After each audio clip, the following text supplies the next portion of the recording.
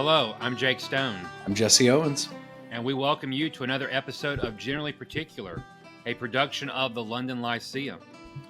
Generally Particular is a show dedicated to discussing and reflecting on the whole Baptist story.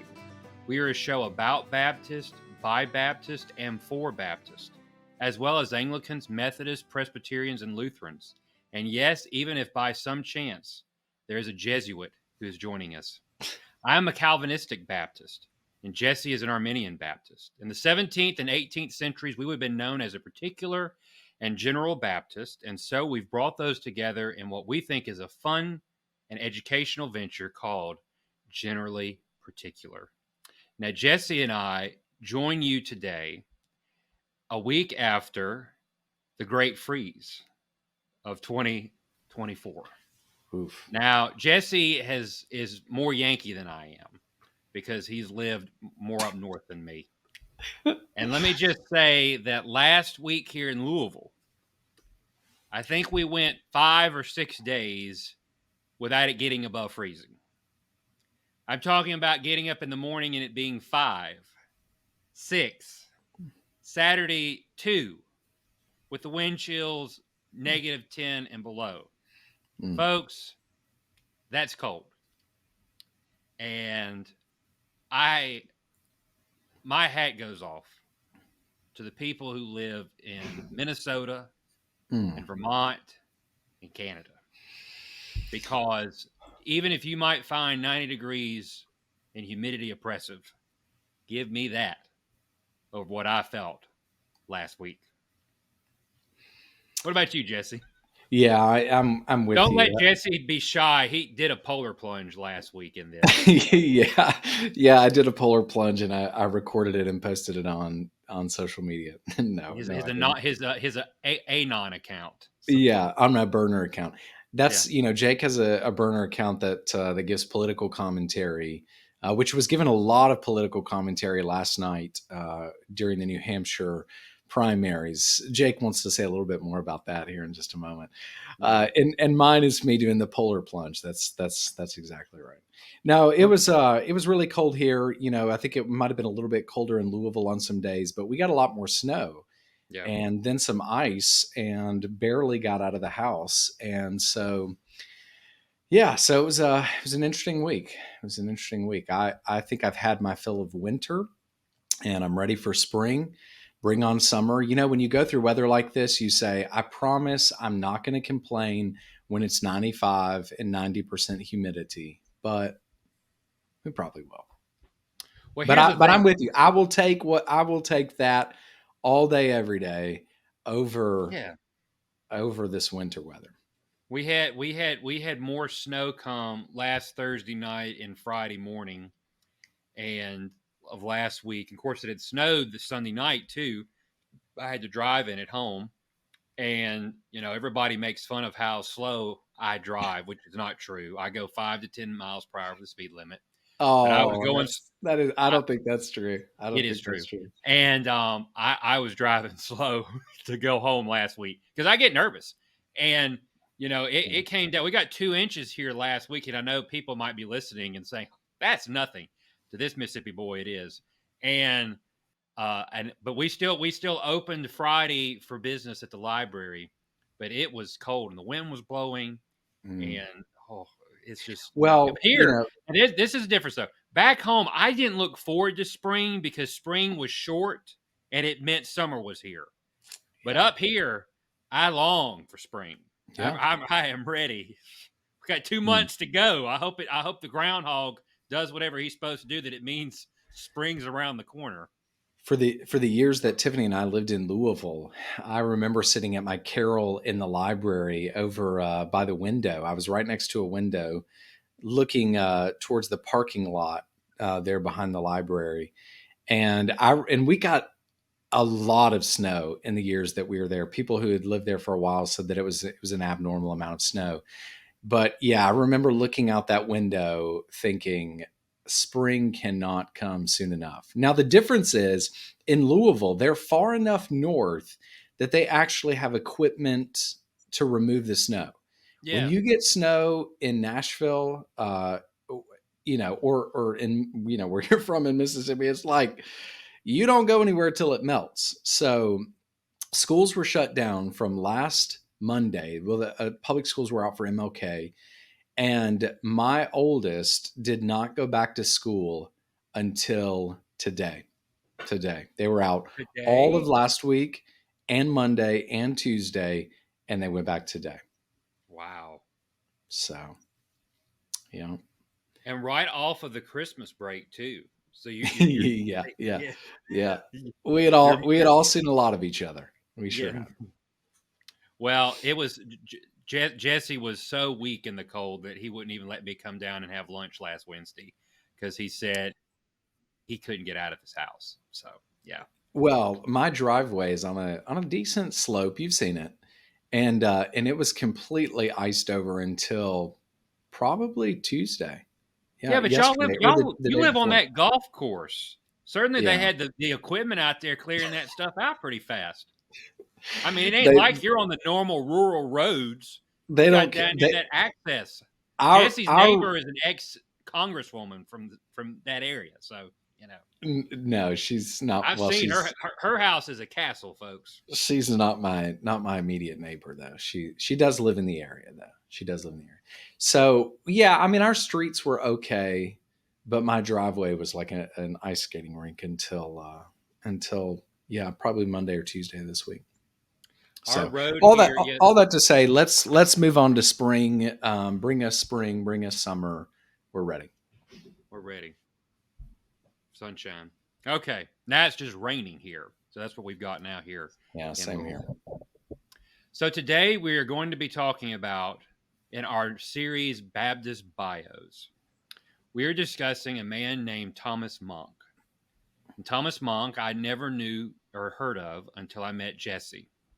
So Jesse, if he could come back as a Baptist from the past, would want to be Thomas Monck. Yeah. And we want to make it clear, though, that Monck is not as in a Catholic, Roman Catholic Monck here. Although, some people do think that Arminianism and popery are, somewhat similar. Basically the same thing. Yeah, basically the same thing. And although there are people who say that, Calvinism is Roman Catholicism too. So I have heard that from some fundamentalist people. Well, here's how it works, Jake. I don't know if you've quite figured it out how it works, but what you want to do in if there's a particular group that's kind of your theological opponent or something like that, what you do is you try to attach them to some other heretical view or some other group that people despise. And then if you can kind of link them with that group, then boom, you've accomplished your task. So. Exactly.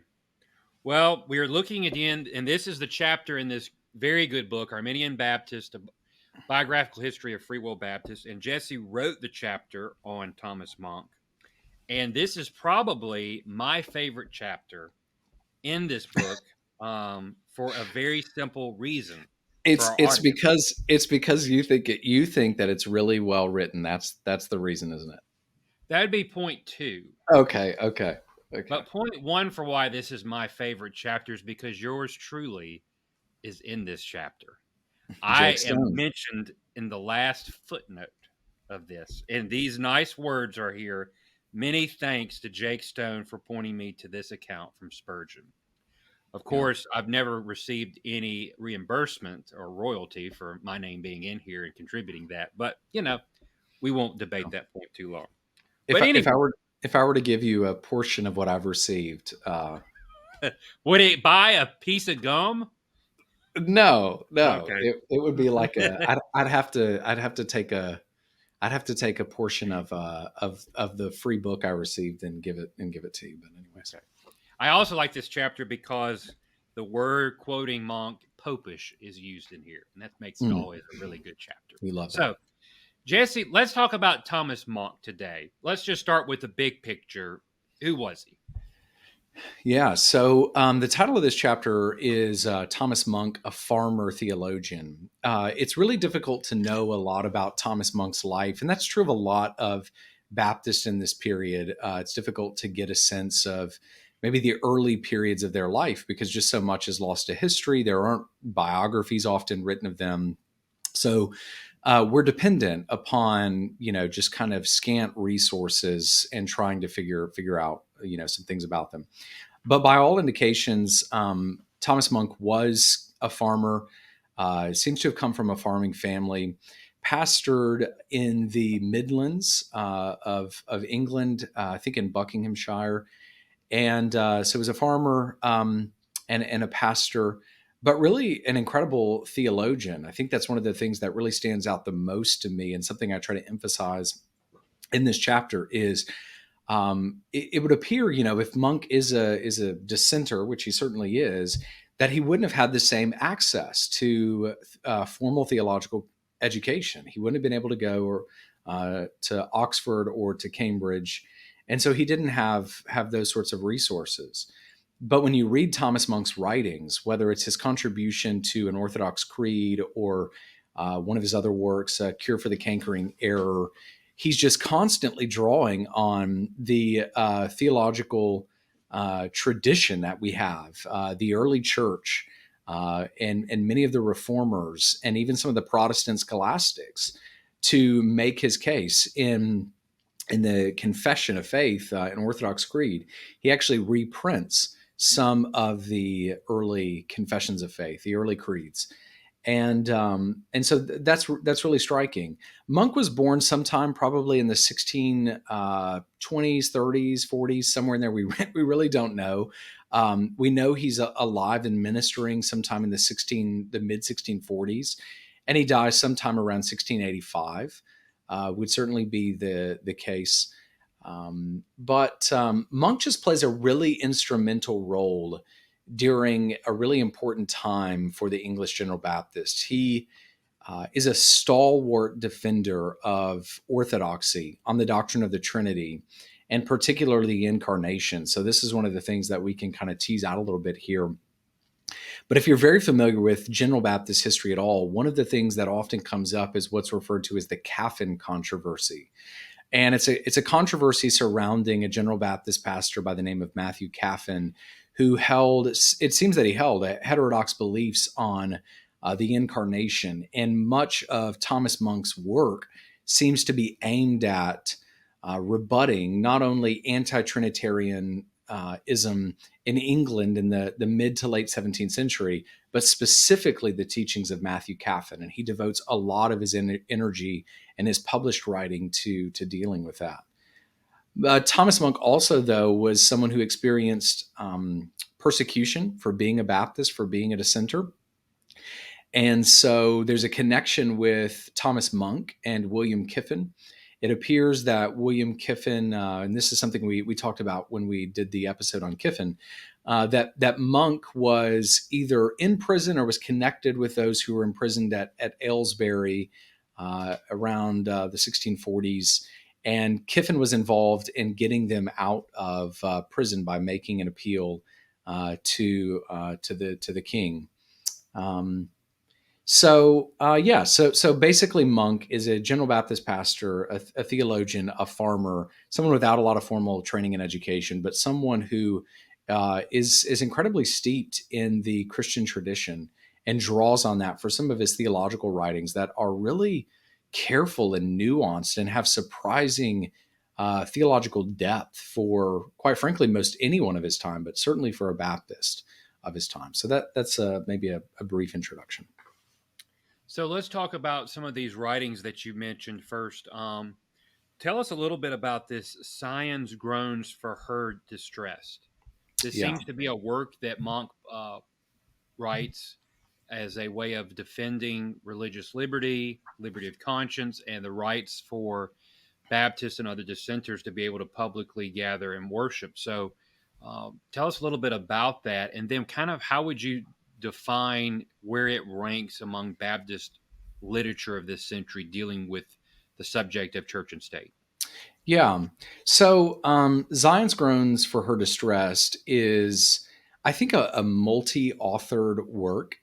And it has multiple signatories. They're all General Baptists.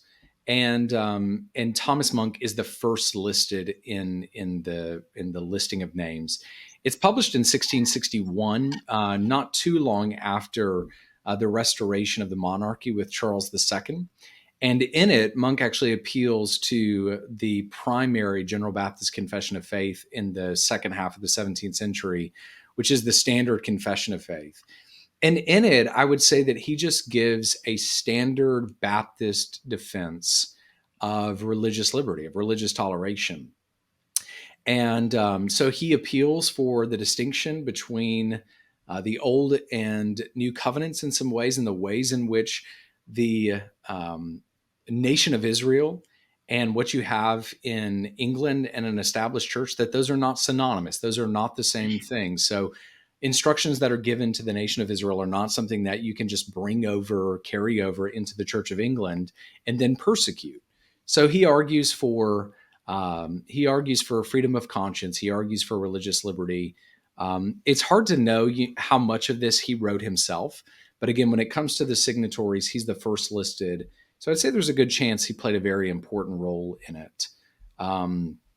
There are a lot of good lines in here. I was trying to think which one I might quote. Well, I will read the one that you have in the book, in your chapter here, that I thought was really good.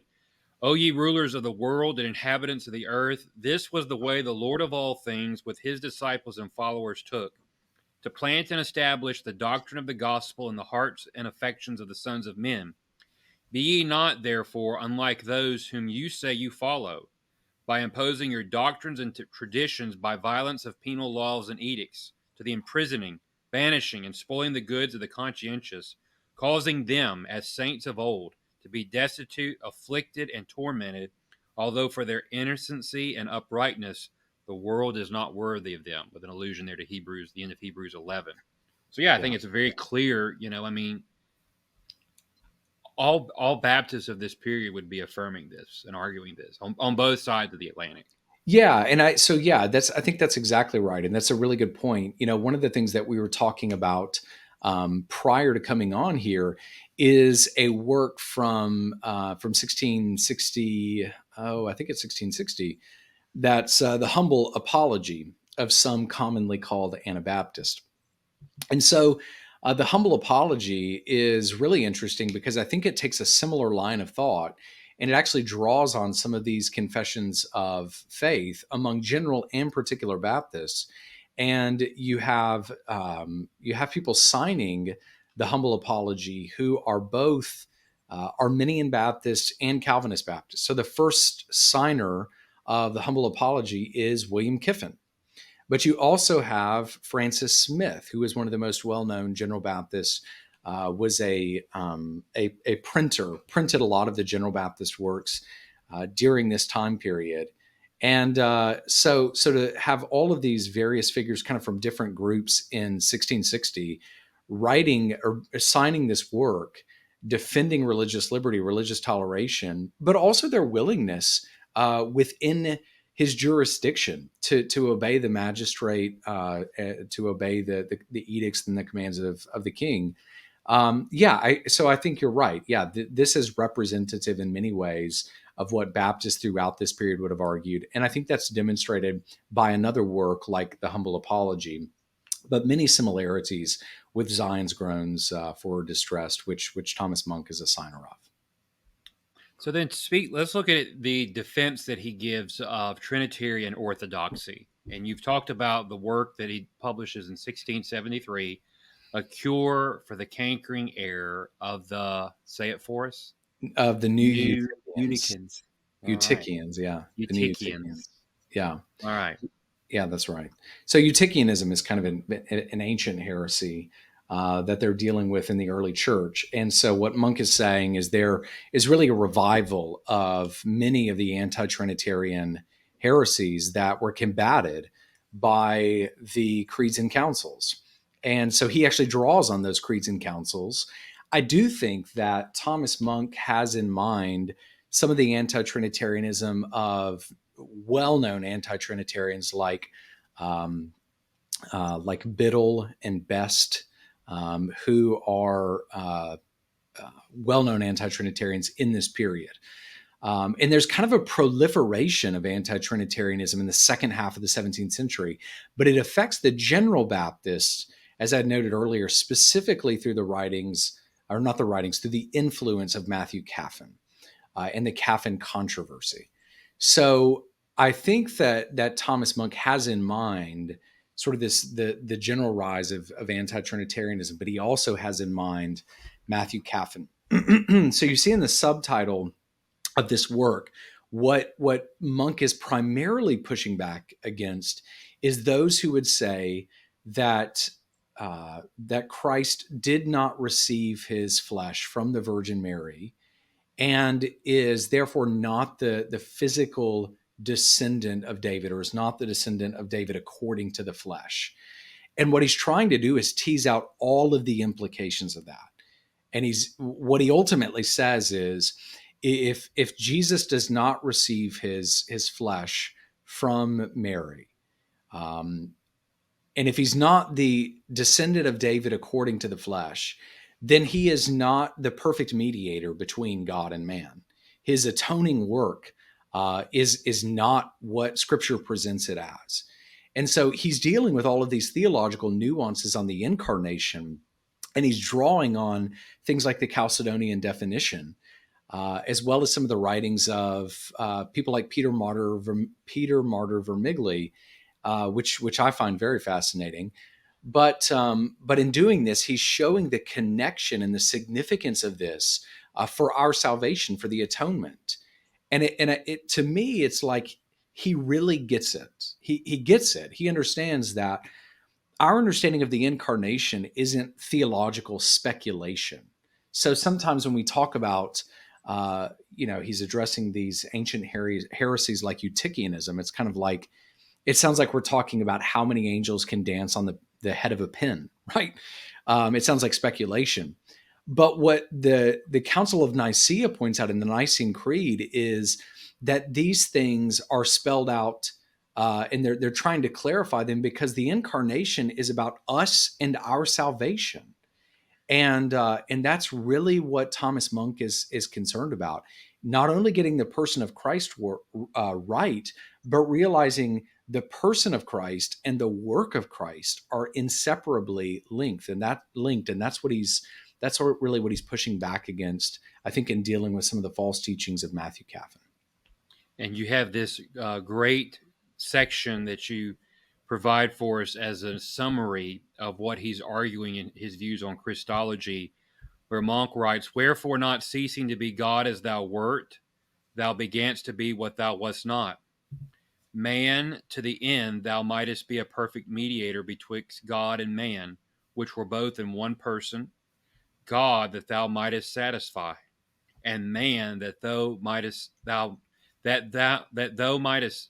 suffer, that since man had sinned and God was offended, thou which wert God and man might satisfy God for man." Yeah. I think he's showing the importance, the necessity of the two natures in the singular person of Christ for our salvation, and that Christ become fully man in every sense. And so that's what Chalcedon is trying to do. That's what Chalcedon is trying to achieve, is to really spell out, what does it mean for Christ to be fully man? What all is entailed there, and that's what Monck is really coming after. I do like the way in which Gordonrup says about this particular work. He says basically that no one of this period produced an abler defense of the doctrine of the Trinity than Caffin's or than Monck's Cure for the Cankering Error. Yeah, that was a little theological slip there.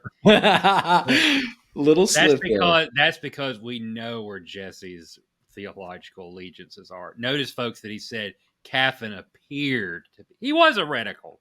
There's no appearing. Yeah. Well, so by the way, I mean, I think we're gonna do an episode on Matthew Caffin on here. We're gonna do a sort of a Jesse making papal decrees here about what we're going to do on this show. We're going to. Well, that's not true. We've talked about this. It's really a strange thing. So, there are particular figures. Joseph Wright is one of them, of the English General Baptist, who comes to the General Assembly and he says, I have heard Matthew Caffin say these things, these heretical things. And Caffin basically denies it. He says, maybe there are some things related to Athanasius's understanding of the incarnation and the doctrine of the Trinity that I can't really make sense of, but basically I believe in accordance with the tradition. And then in the 1690s, they edit the Standard Confession to tighten up its language on the doctrine of the Trinity and the incarnation, and in order to rule out some of the false teachings attributed to Matthew Caffin. And then he just strolls up there and subscribes to it. So it's just like, yeah, the reason I say seems is because there is no just absolute definitive proof of Caffin's beliefs. But I do think in retrospect, when we put all of the pieces together, that he was heretical on the doctrine of the Trinity and the incarnation. But the guy just tried everything possible to avoid being open about that. He tried to sort of skate around the whole thing, again, including subscribing an Orthodox confession of faith on the doctrine of the Trinity. So yeah, that's the reason I say it. But in some of the things I've written and some of the things I've published, I make it very clear that I think that the things that are attributed to Caffin, that he does, I think he did actually believe those things and was heretical on the incarnation and the doctrine of the Trinity. I was also laughing because I wanted to read your paragraph where you give that Rupp quote and give some acknowledgement, but Jesse was ready for that to get that out there, which is good. It's good. It should be proud of your tradition. Yeah, I mean, well, one that E. Gordonrup was aware of Thomas Monck and had read this. I mean, I was, the first time I ran across that, I was kind of amazed. I actually owe stumbling across that to something that William H. Brackney had written, a very brief little section on Thomas Monck in a work for Regent's Park. And he references Gordonrup, and I had read some of Gordonrup's work for some other things I was working on, but I had never actually seen that. And so I turned to the page and was shocked to find that. So yeah, it's a great quote. And then to wrap up our discussion on Thomas Monck, talk to us about an Orthodox creed, because it's a very fascinating document for a variety of reasons. Number one, it is considered the most Calvinistic Arminian document that there is. Two, although more specifically that we can prove without any controversy, is that he reprints the ecumenical creeds in this, which is a very fascinating move, especially with most people thinking that often that Baptists are totally opposed, number one, to creedalism. Yeah. But then number two, the way that he's standing in this tradition, and we might as well, also add that a contemporary of his on the particular Baptist side, Hercules Collins, in an Orthodox catechism, which is the baptized version of the Heidelberg, that, Hercules Collins includes the ecumenical creeds in there as well. So you've got two Baptists from the two streams at this period, really, in confessional and catechism form, saying this is where we stand. Yeah. So in our episode on Thomas Grantham, this is one of the things we talked about, but he reprints the Nicene Creed in his major work. But in here, in an Orthodox creed, you have the ecumenical creeds as well. So an Orthodox creed is the most robust General Baptist confession of faith that there is. It is interesting that they choose to call it an Orthodox creed. That's kind of fascinating in and of itself. The creed, the confession, spends, I think, what we would consider an inordinate amount of space on dealing with matters related to Christology. So if you look at the Confession of Faith, you'll see there are multiple articles on Orthodox Christology. And that tells us a little bit about the situatedness of the creed. They're dealing with something specific, and that is the rise of anti-Trinitarianism in England in general, and I think the heretical teachings of Matthew Caffin in particular. So in Orthodox Creed, there are a lot of great lines in there, especially from the preface, that basically say we are more than happy to draw on the best of the Christian tradition in order to defend orthodoxy, and they do that. It really is an amazing work. Thomas Monck is thought to be the sort of chief architect of the creed and of the confession, and I think that makes sense because it bears such resemblance to what you find in the earlier work, A Cure for the Cankering Error. So it would make sense that with those similarities, that maybe he's sort of the chief architect. This confession of faith in Orthodox Creed is published in 1679. And it's published by some General Baptists in the Midlands and in several counties in the Midlands. And it is subscribed by, I think it's 57, maybe pastors, something like that, in the Midlands. 54. But it never serves as the sort of primary confession of the General Assembly of General Baptists. So you have this large contingency of General Baptists in the Midlands who subscribe this confession of faith, but it's never adopted as the primary confession of faith for the General Assembly. But I do think one of the things you find in an Orthodox Creed that is maybe different from some other Baptist confessions of faith, including the General Baptist Standard Confession, which is the confession of the General Assembly, is that it is much more willing to use very theologically precise language about the doctrine of the Trinity, about the Incarnation, in ways that maybe the Standard Confession isn't. So Monck and these Midlands General Baptists really are not hesitant at all to marshal this precise technical theological language to defend orthodoxy, specifically the doctrine of the Trinity. And I think that's really important. And as we see the 17th century play on and we go into the beginning of the early 18th century, I think it's instructive that sort of precision may would have helped not only Baptists, but also other dissenting groups in maintaining orthodoxy on the doctrine of the Trinity. And I think Monck and the Midlands General Baptists understood that in a way that maybe some others didn't. Jake has mentioned it is the most robustly reformed of the Baptist confessions of General Baptist confessions of faith that there is, and it seems to attempt to minimize some of the theological differences between Calvinist Baptists and Arminian Baptists. And there's a lot to be commended there. Their discussion of a whole host of doctrines is really good and draws on the Reformed tradition, I think, in a really helpful way that I would say is still Arminian, but is robustly Reformed. And I've been extremely helped by this confession of faith. I think it's probably the best General Baptist confession of faith that there is. I think it's fascinating, the whole title of the confession, which is an Orthodox creed or a Protestant confession of faith, being an essay to unite and confirm all true Protestants in the fundamental articles of the Christian religion against the errors and heresies of Rome. I mean, that's quite a mouthful.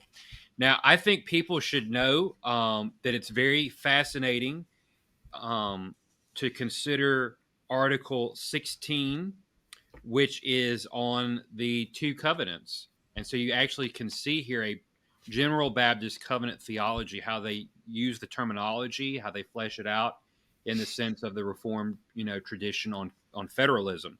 You may not know the answer to this question, but I was kind of flipping through, and I think find it interesting. There are only certain articles where it opens up in the words "we believe" or "we believe and confess." Article 1 of the Essence of God starts off, "We verily believe that there is but one only living and true God." Number 4 We confess and believe that the Son of God or the eternal Word is very and true God.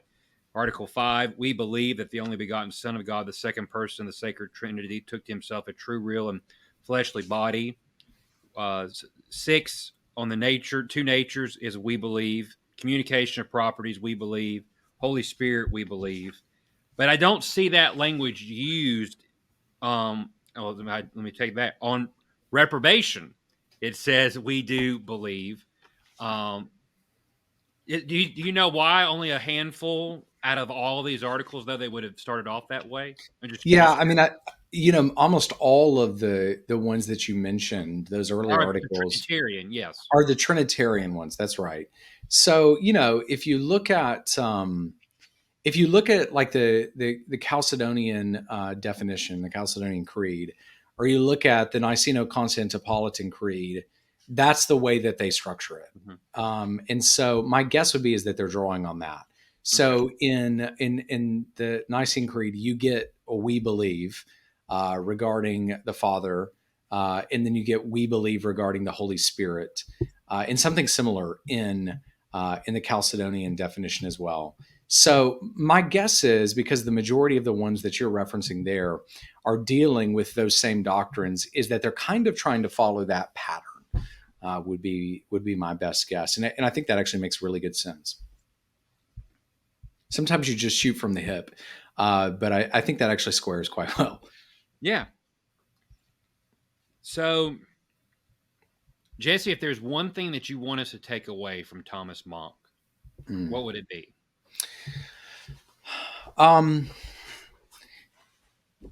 Yeah,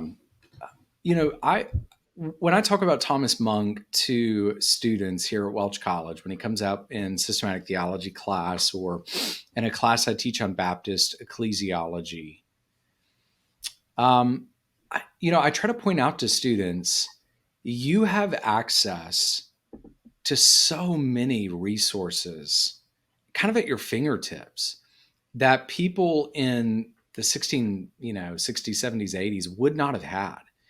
And so to see the way in which he draws on the tradition and sort of marshals the arguments, the best arguments of the tradition, in order to confess and defend orthodoxy is something that's really instructive for us. I mean, I don't know that we have any other excuse for not acquainting ourselves with the best of the early church, the medieval period, the Reformation, the Protestant scholastics, all of which he draws on, except for just kind of negligence. These things are available to us, and we have more access than he would have. And he used these things to defend the faith and to inform his doctrine and his teaching. And I think we can learn from that.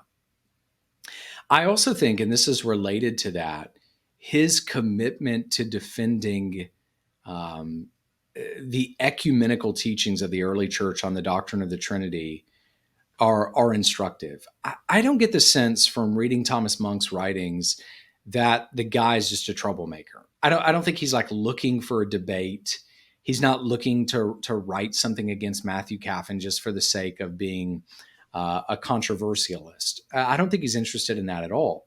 He realizes the theological and maybe, to be more specific, the soteriological significance of these doctrines for the church and for the salvation of individuals. And so he writes in order to defend these things, to safeguard the teachings of the church and those who would hear and repent and believe the gospel. So these are gospel issues for him, and that's why he takes up to write on them. And he doesn't do it just on his own arguments, but in trying to show these are the beliefs of the Church Catholic throughout the ages. So making the best use of the resources we have, and knowing when and how to best defend orthodoxy, I think those are two really important things that we can learn from Thomas Monck. I want to close with this statement that Jesse wrote that I think is really good. On Monck, he says he is a model of committing oneself to the ministerial and theological dilemmas of one's own day by drawing from the best parts of the Christian tradition. Monck reminds us that in the realms of theology and biblical orthodoxy, innovation is not the gold standard. Mm. Amen. Yeah. That's good. Yeah, and I'll say I would encourage our listeners to just look online, find an Orthodox creed online, 1679, and look at the articles there, and I think it corrects some maybe misunderstandings of the English General Baptist of the period. But based upon what you said there, look specifically at the preface to that work. They talk so much about, like, they don't care about novelty, they don't care about innovation. What they want to do is be faithful to the biblical text and what the church has taught throughout the ages, and so they try their best to do that. Sounds very similar to the opening words of the Second London Confession.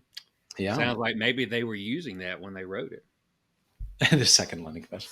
It maybe so. I would quite frankly, I am of the opinion that would be great. I would love that. I'm all for highlighting.